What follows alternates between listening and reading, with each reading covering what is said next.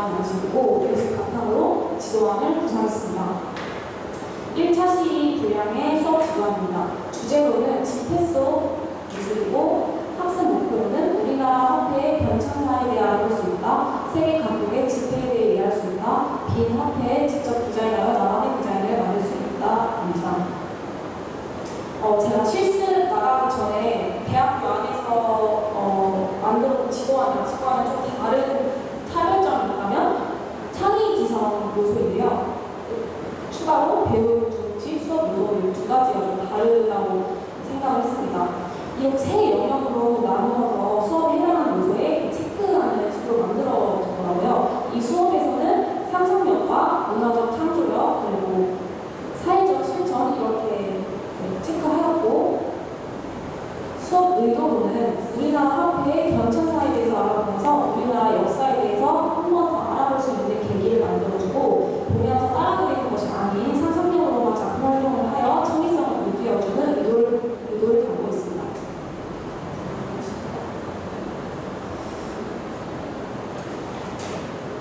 도입 2부로 학생들과 인사한 후 학습 목표에 대해서 간략하게 소개를 하고 이때 유의점으로는 학생들과 뇌를 나누시며 소통하도록 합니다. 전기 26분으로 PPT에 띄워서 세계 각국의 화폐를 맞춰보는 작은 퀴즈 요소를 넣음으로써 정답을 맞추며 작은 가마를 예를 들면 이제 사탕이죠. 사탕을 주면서 학습 참여도를 높였습니다. 그리고 또한 우리 화폐가 어떻게 변화하였는지 우리나라 화폐의 역사에 대해서 맞춰보는 역사에 대해서 간략하게 설명을 하고 바로 필습에 들어갑니다. 학생들에게 빈 화폐 양식, 오른쪽에 보시면 빈 화폐 양식들이 있어요. 그 양식을 주어서 빈 화폐 나만의 디자인을 하는 수업을 진행했으며 세부 주제로는 행복한 기억을 선정하고 학생들의 상상력을 이끌었습니다. 빈 화폐의 디자인이 끝났으면 투표를 진행해서 가장 표를 많이 받은 학생이 우리 반 대표는 지표로 선정이 되고 학생의 그림 설명을 듣고 마지막 정리 5분에서 학습지를 보고 인사한 후 수업을 마치도록 합니다. 여기서 유의점으로는 정리 정돈을 할 시 돌아다니면서 떠드는 학생이 분명히 있더라고요. 근데 제가 지도하기에 너무 부족했어요. 그래서 반장이나 미술 반장을 통해서 아이들을 잘 적응시킬 수 있도록 지도했습니다. 이것은 제가 만든 활동지 양식입니다. 그리고 이것은 예시작입니다.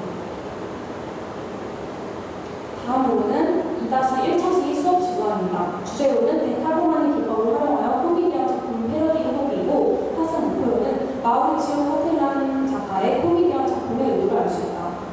데칼코마니 기법에 대해 설명할 수 있다. 미술 기법을 활용하여 데칼코마니 작품을 만들어 볼 수 있다입니다. 수업 의도로는 작품을 패러디할 때 작가의 작품 의도를 이해하고 작업하면 작품 활동을 하는 것에 도움이 될 뿐만 아니라 예술 지식에 대해서도 알고 여러 활동에도 응용할 수 있기 때문에 작품의 의도와 능력을 정확히 설명하며 상기시킵니다. 도입 5분으로 출석을 확인하고 학습 목표에 대해 간략히 설명합니다. 발문을 넣었는데 정기 30분으로 마우리치오 카텔란 작가에 대해서 발문을 넣었고 작가의 작품 설명이 담긴 학습지, 오른쪽에 보시면 학습지가 있는데 이런 학습지를 나누어줘서 작품 제목에 메시지에 관한 설명을 합니다. 여기 중요한 포인트는 바나나 자체가 중요한 게 아니라 바나나 안에 들어있는 작품의 개념이 중요한 것을 설명해서 개념 기술을 통해 직접 작품을 표현할 수 있음을 설명합니다.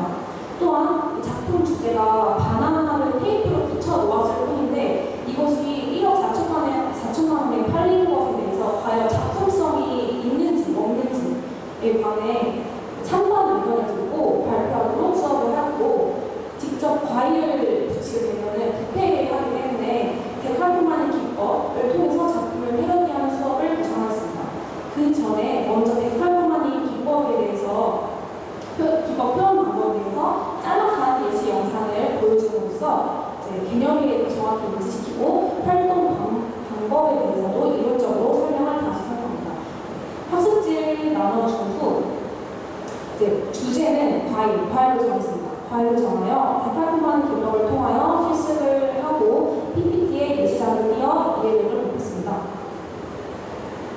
정리 10분으로 실습 물품을 정리한 후 다시 다음 차식을 내고 와요 수업을 마무리합니다. 이것은 수업 이론 설명할 때 배우하였던 학습지입니다. 그래서 작품의 개념, 중요성 설명을 합니다. 그리고 이것은 양식이고 이것은 배시작입니다. 여기서도 제목도 정리 한도 만들었습니다. 다음으로는 2차 실수업 지도입니다. 학생 목표로는 작품을 배운 이유에 대해서 알 수 있다. 테이프를 이용하여 작가의 작품을 패러디해볼 수 있다. 작품의 제목을 듣고 의미에 대하여 깊이 생각할 수 있다입니다. 도입 5분으로 먼저 전차시 수업을 상기시킬 수 있도록 발문을 가집니다.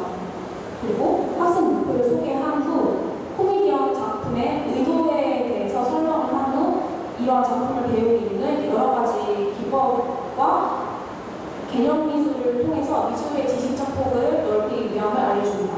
다음으로는 패러디 작품의 예시작도 첨부합니다. 전기 30분으로 실습을 하기 전에 유의사항과 방법들에 대해서 설명합니다.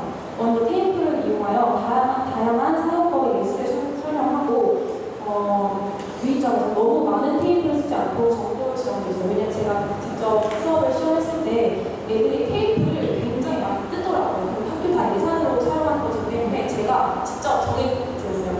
길이를 딱 손 끝에서 여기까지만 뜯도록 했습니다. 그리고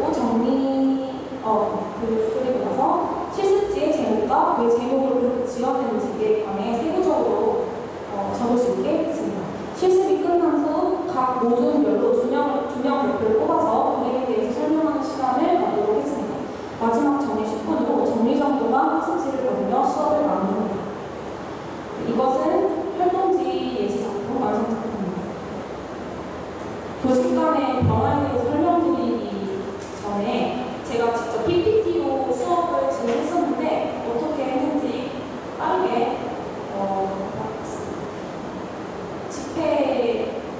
집회 주제로 한 PPT인데 학생 목표를 설명을 하고 세계 각국의 집회에 대해서 알아봤습니다.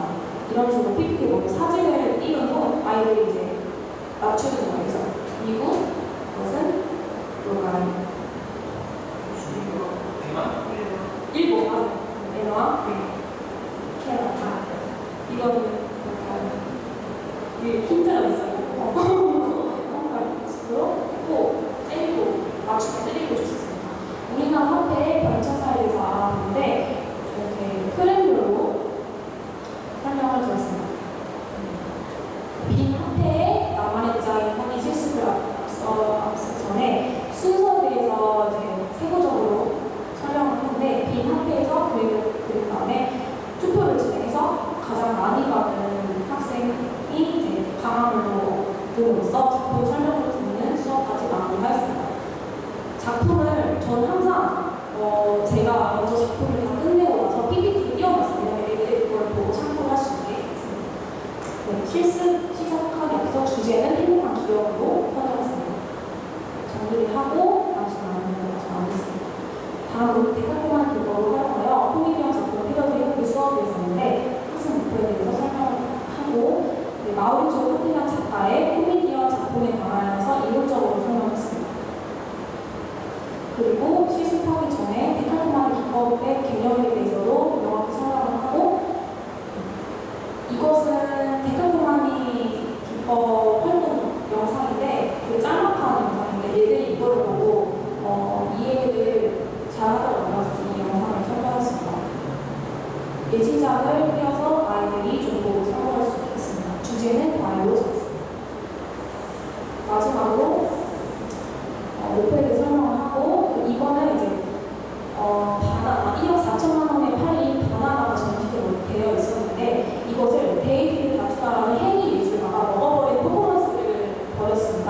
거기 안에서 이제 그 작가는 전혀 처벌을 하지 않았어요. 그 이유는 바나나 자체가 중요한 게 아니라 바나나